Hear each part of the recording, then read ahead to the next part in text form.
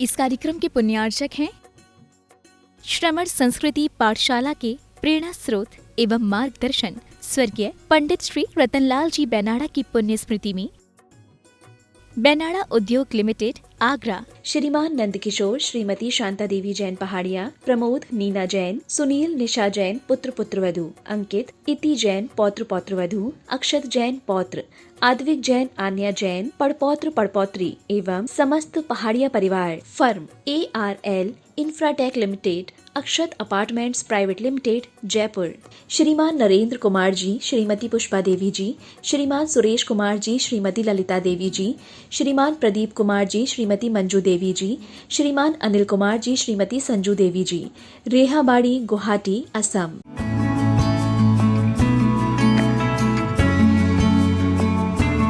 जय जिनेन्द्र नमिऊणवड्ढमाणं परमपाणं जिणं तिशुद्धेन वोच्छामिरयणसारं सायार्णयार्धं मीणम्। पंच परमेष्ठी भगवान की जय। द्वादशांग जिनवाणी माता की जय। आचार्य भगवंत श्री कुंद कुंद स्वामी महाराज की जय। आचार्य भगवंत श्री विद्यासागर जी महामुनिराज की जय। परम पूज्य गुरुदेव निर्यापक श्रमण मुनिपुंगव श्री सुधा सागर जी महाराज की जय। अढ़ाई द्वीपस्थ समस्त महामुनिराजों की जय। वर्णन चल रहा है मुनिराजों का और आचार्य कुंद कुंद महाराज कह रहे हैं, अगर कोई मुनि होकर के भी, साधु होकर के भी अगर विषय कषायों से युक्त है, परिग्रह से सहित हैं, धन संपत्ति वैभव को ग्रहण करने में भावना रखता है, आत्म स्वभाव की तरफ जिनकी दृष्टि ही नहीं है, सिर्फ पर पदार्थों में शरीर के प्रति ही जो अनुरक्त है, उसी को रचाने पचाने में लगे हुए हैं, सजाने संवारने में लगे हुए हैं, ऐसे साधु होकर के भी वो सच्चे साधु नहीं हैं। ये सब दुर्गुण हैं। इन दुर्गुणों से जब तक दूर नहीं होंगे तब तक वो सच्चे साधु की कोटि में नहीं आते। आचार्य कुंद कुंद महाराज ने तो इतना तक कह दिया कि वे सम्यक्त्व से भी रहित हैं। और अब हम स्वयं सोचें, जो सम्यक्त्व से रहित होंगे तो सम्यक ज्ञान और सम्यक चारित्र की तो फिर बात ही कैसे करें, क्योंकि साधु तो रत्नत्रयधारी होते हैं। अब उसी चर्चा को अपन आगे बढ़ाते हैं। पिछली कक्षा में हमने जो गाथा पढ़ी थी, उसी गाथा की अगली गाथा है, जिसमें आचार्य महाराज कह रहे हैं कि यदि कोई उस धन धान्य परिग्रह के साथ में संघ के विरोधी हों, कषाय भाव से युक्त होकर के जिनके अंदर दुर्भावना हो, वे सब जिन धर्म के विराधक हैं। आइए देखते हैं गाथा क्रमांक 102। संघ विरोह कुशीला, संघ विरोह कुशीला, सच्छंदा रहित गुरुकुला मूढ़ा, सच्छंदा रहित गुरुकुला मूढ़ा, रायादि सेवयाते, रायादि सेवयाते, जिण धम्म विराहया साहू, जिण धम्म विराहया साहू। बोलिए, संघ विरोह कुशीला, सच्छंदा रहित गुरुकुला मूढ़ा, रायादि सेवयाते, जिण धम्म विराहया साहू। आइए शब्दार्थ देखते हैं। चर्चा चल रही है जो साधु होकर के भी आरंभ धन धान्य आदि परिग्रह से सहित होते हैं, वे जिन धर्म के विराधक हैं। आइए शब्दार्थ देखें। संघ विरोह कुशीला। संघ विरोह, जो संघ का विरोध करते हैं। संघ का विरोध का तात्पर्य है जो गुरु का संघ है, उस संघ में ही आपसी तालमेल नहीं होने से या फिर ईर्ष्या भाव के कारण से एक दूसरे का विरोध करते हैं, एक दूसरे की निंदा करते हैं। कुशीला अर्थात कुशील से युक्त होते हैं, खोटे आचरण से युक्त होते हैं, अनाचार दुराचार भाव जिनके अंदर होता है, ऐसी क्रियाओं में जो लिप्त होते हैं वे कहलाते हैं कुशील। तीसरा विशेषण दे रहे हैं स्वच्छंदा, जो स्वच्छंद होते हैं, एकल विहारी होते हैं, गुरु आज्ञा से रहित होकर के स्वयं अपनी मर्जी से विहार करते हैं, अपनी मर्जी से सब क्रियाओं में लगे होते हैं, वे कहलाते हैं स्वच्छंद। आगे कह रहे हैं रहित गुरुकुला, अर्थात गुरुकुल से रहित होते हैं। गुरुकुल का तात्पर्य होता है गुरु का चरण सानिध्य, गुरु का आदेश, गुरु की आज्ञा, उससे जो रहित होते हैं वे कहलाते हैं गुरुकुल से रहित। और फिर कह रहे हैं मूढ़ा, अर्थात मूर्ख हैं, अज्ञानी हैं। ऐसे जो साधु होकर के भी गुरुकुल से रहित हैं, गुरु आज्ञा से रहित हैं, वे सब मूर्ख अज्ञानी हैं। कैसे हैं वे? रायादि सेवया, राजा आदि की सेवा करने से जिन्हें अच्छा लगता है। राजा से तात्पर्य है कोई विशेष प्रतिष्ठित व्यक्ति। राजा इसका सम्मान करूँगा, इसकी सेवा करूँगा, इसकी चापलूसी करूँगा तो ये मेरा नाम ऊंचा करवा देंगे। मैं अपने मंच पे इनको बुला करके माला पहनाऊँगा तो इससे मेरा नाम और ऊंचा होगा, मेरा सम्मान होगा, ये फिर मेरा जगह जगह नाम लेंगे। उस चापलूसी में, या जिनके पास बहुत परिग्रह है, बड़े बड़े सेठ हैं, उनसे चापलूसी करते हैं, उनकी सेवा में लगे रहते हैं। आचार्य महाराज कह रहे हैं ते साहू, वे साधु कैसे हैं? जिन धम्म विराहया, जिन धर्म के विराधक हैं, जिन धर्म को नष्ट करने वाले हैं, जैन धर्म को पतित करने वाले हैं। क्यों? जो जैन धर्म है, जो जैन दिगंबर वेश उन्होंने धारण किया है, वे उसके अनुकूल आचरण नहीं कर रहे, उसके प्रतिकूल चल रहे हैं, गलत काम कर रहे हैं। एक साधु होकर के अगर कोई इस तरह से क्रिया करें तो फिर वो कैसे सच्चा साधु कहलाएगा? कैसे हम उन्हें गुरु के रूप में मान करके उनकी पूजा अर्चना करेंगे? इसलिए इस गाथा में जो आचार्य महाराज कह रहे हैं, पिछली गाथा से इसको हमें जोड़ना है।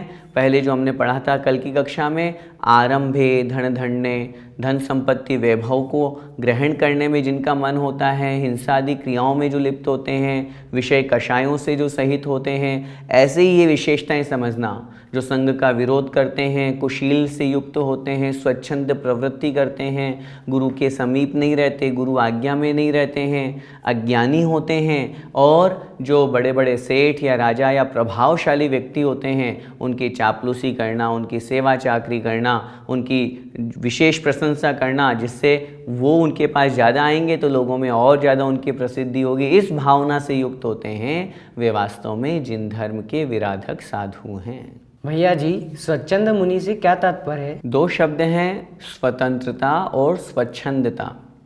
स्वतंत्रता का तात्पर्य है अपने आप के अनुसार, गुरु आज्ञा में या तंत्र के अनुसार, या जो नियम कायदे हैं उनके अनुसार चलना। यहाँ तक तो स्वतंत्रता है, इसमें तो कोई आपत्ति नहीं। लेकिन जहाँ इनसे भी और आगे निकलने की प्रवृत्ति होती है, स्वच्छंद, बेकाबू, जिस पर किसी का कोई आदेश नहीं चलता, जो किसी का आदेश नहीं मानता, अपनी मनमर्जी करता है, गलत काम भी कर रहा है तो अपनी मनमर्जी से कर रहा है, किसी कुछ नहीं सुनता, उस गलत काम को भी जो सही सिद्ध करने में लगा हुआ है, नियम कायदे कानून तोड़ने में लगे हुए हैं, जो परिग्रह धन संपत्ति वैभव इकट्ठा करके भी अपने आप को अच्छा ही मान रहे हैं। ये नियम गलत है, ये नियम तोड़ना, व्रत आदि ग्रहण करके कोई महाव्रतों को अंगीकार करे, अपरिग्रह महाव्रत को उसने स्वीकार किया और फिर परिग्रह ग्रहण कर लिया, तो ये तो नियम तोड़ा ना उन्होंने। लेकिन स्वच्छंद प्रवृत्ति वाले साधु क्या कहेंगे? पंचम काल है, जरूरी है, इतना तो आवश्यकता होती है, तो ये कहलाएंगे स्वच्छंद प्रवृत्ति। एक तो नियम तोड़ रहे हैं, मूल गुणों का पालन नहीं कर रहे हैं, और फिर उसके साथ में अपने आप को सही सिद्ध करने में भी लगे हुए हैं। गुरु आज्ञा में जो नहीं रहते हैं, गुरु आज्ञा से दूर होकर के, गुरु आदेश के बिना ही जो अकेले विहार करते हैं, अपनी मनमर्जी चलाते हैं, समाज में पहुंच करके और लोगों को भ्रमित करते हैं, वे सब स्वच्छंद कहलाते हैं। अब आगे आचार्य महाराज अगली गाथा में कह रहे हैं, श्रमणों में अर्थात मुनिराज में दूषण दोष कब लगते हैं? जब वो ज्योतिष विद्या आदि से अपनी आजीविका चलाते हैं। आइए देखते हैं अगली गाथा। जो इस वेज्जामन्तो, जो इस वेज्जामन्तो, वजीवनं वायवस्य व्यवहारं, वजीवनं वायवस्य व्यवहारं, धन धन्य परिगहणम समणाणम दूषणम होई। बोलिए, जो इस विद्या मंतो वजीवनम वायवस्ववहारम धन धन्य परिगहणम समणाणम दूषणम होई। शब्दार्थ देखिए, जोइस वेज्जा मंतोव जीवनम। जोइस अर्थात ज्योतिष, वेज्जा मतलब वैद्यक। ज्योतिष विद्या या वैद्यक विद्या, वैद्यक विद्या का मतलब जो आयुर्वेदिक आदि की जो विद्या है उस वैद्य रूप विद्या को, और साथ में मंतोव जीवनम, मंत्र उपजीवनम, मंत्र मतलब मंत्र विद्या आदि के माध्यम से जो उपजीवनम अर्थात आजीविका चलाते हैं। धन संपत्ति इकट्ठी करने के लिए जो लोगों को साधु का वेश धारण करके और ज्योतिष विद्या बताते हैं, मैं तुम्हारी कुंडली देख लूँ, तुम्हारे कुंडली में ये दोष लगा हुआ है, तुम मेरे पास आ जाओ, मैं तुम्हें तंत्र मंत्र दे दूंगा, तुम्हारे मूली बंधन कर दूंगा, तुम्हारा ये कर दूंगा, तुम्हारा वो सब दूर हो जाएगा, मुझे इतने रुपए दे देना। इस तरह से जो अपनी आजीविका चलाते हैं, पैसा इकट्ठा करते हैं, और साथ में आगे कह रहे हैं वायवस्य व्यवहारम, वात विकार का जो व्यवहार है, वात विकार का व्यवहार का तात्पर्य है किसी के शरीर में वायु का अधिक प्रकोप हो गया, जिसे हम लोक व्यवहार की भाषा में कहते हैं भूत प्रेत आदि को झाड़ फूंक करके भगाना। वास्तविकता में भूत प्रेत उसके शरीर में प्रवेश नहीं किया, लेकिन वात विकार हो गया, शरीर के अंदर कुछ विकार उत्पन्न हो गया, वायु आदि का कम अधिक प्रवेश हो गया, जिससे उसकी मानसिक स्थिति खराब हो गई और उसे झाड़ फूंक करके और उसके भूत को भगाने का नाटक किया जा रहा है। ऐसी अगर कोई क्रिया करते हैं, साथ में धन परिग्रहणम, धन धान्य रूप जो परिग्रह से युक्त है, धन संपत्ति, रुपया, पैसा, जमीन जायदाद, और धान्य से तात्पर्य फसल आदि जो अनाज आदि है, उन सब परिग्रह से जो युक्त हैं, उन परिग्रहों को ग्रहण करने में ही जो लगे हुए हैं, ये सब समणाणम दूषणम होई। श्रमणाणम अर्थात श्रमणों के लिए, मुनि महाराज के लिए ये सब दोष कहे गए हैं। मुनि महाराज ये सब दोषों से दूर रहते हैं। अगर कोई मुनि होकर, साधु होकर के भी ज्योतिष विद्या, वास्तु विद्या में लगे हुए हैं, दिन रात उसी में लगे हैं, लोगों के उसमें दूर करने में लगे हुए हैं, कुंडलियाँ मंगा करके उनको सब मुहूर्त आदि निकालने में लगे हुए हैं, या झाड़ फूंक करने में लगे हुए हैं, या फिर धन संपत्ति, पैसा अपने पास एकत्रित करने में लगे हुए हैं, उससे अपनी आजीविका चला रहे हैं, पैसा इकट्ठा कर रहे हैं, ये सब मुनि महाराज के दोष हैं। मुनि महाराज को ये सब नहीं करना चाहिए। जिस लक्ष्य के लिए वो उन्होंने मुनि पद स्वीकार किया है, उस लक्ष्य को प्राप्त करना चाहिए और इन सब क्रियाओं से उन्हें दूर होना चाहिए। भैया जी, यदि कोई साधु दूसरे की समस्या को ज्योतिष विद्या से ठीक करते हैं तो इसमें आपत्ति क्या है? किसी की समस्या को ज्योतिष के माध्यम से, तंत्र मंत्र आदि के माध्यम से अगर कोई साधु ठीक करेंगे तो ये साधु का कर्तव्य थोड़ी ना है। फिर तो उनके यहाँ लाइन लगी रहेगी। और आप देख भी सकते हैं ऐसे जो साधु होते हैं, जो तंत्र मंत्र करते हैं, जो कुंडली वगैरह देखते हैं, खूब भीड़ लगी हुई है।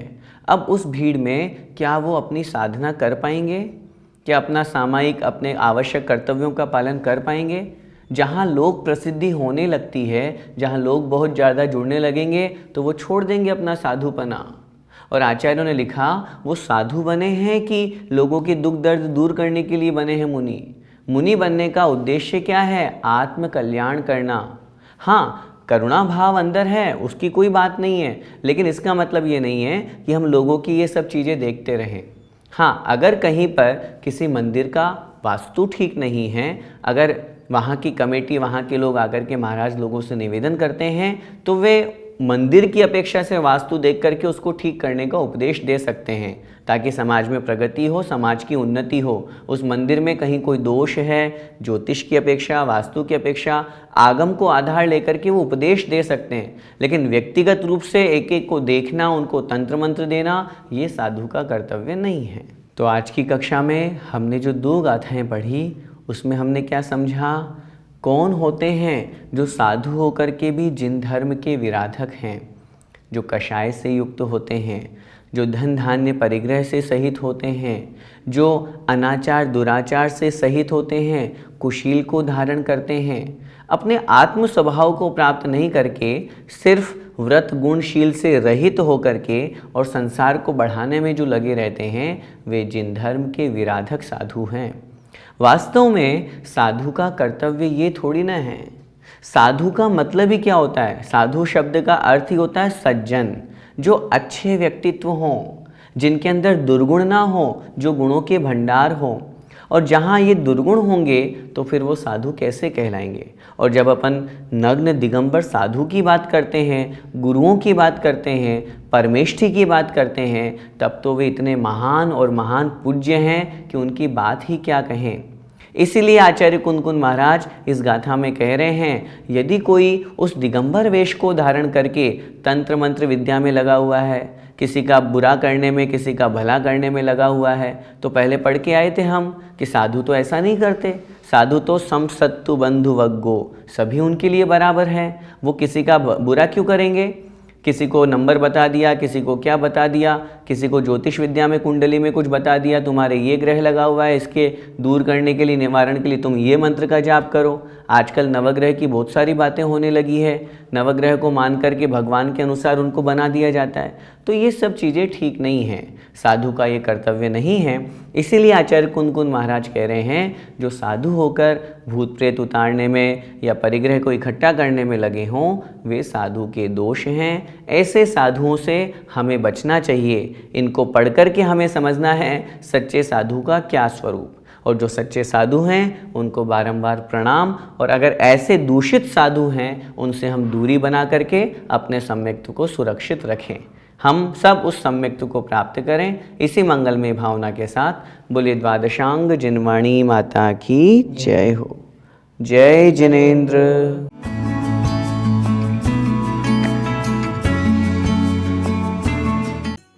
इस कार्यक्रम के पुण्यार्चक थे श्रमण संस्कृति पाठशाला के प्रेरणा स्रोत एवं मार्गदर्शन स्वर्गीय पंडित श्री रतनलाल जी बेनाड़ा की पुण्य स्मृति में बेनाड़ा उद्योग लिमिटेड, आगरा। श्रीमान नंदकिशोर श्रीमती शांता देवी जैन पहाड़िया, प्रमोद नीना जैन, सुनील निशा जैन पुत्र पुत्रवधू, अंकित इति जैन पौत्र पौत्रवधू, अक्षत जैन पौत्र, आद्विक जैन आन्या जैन पड़पौत्र पड़पौत्री एवं समस्त पहाड़िया परिवार, फर्म ARL इंफ्राटेक लिमिटेड, अक्षत अपार्टमेंट्स प्राइवेट लिमिटेड, जयपुर। श्रीमान नरेंद्र कुमार जी, श्रीमती पुष्पा देवी जी, श्रीमान सुरेश कुमार जी, श्रीमती ललिता देवी जी, श्रीमान प्रदीप कुमार जी, श्रीमती मंजू देवी जी, श्रीमान अनिल कुमार जी, श्रीमती संजू देवी जी, रेहाबाड़ी, गुवाहाटी, असम।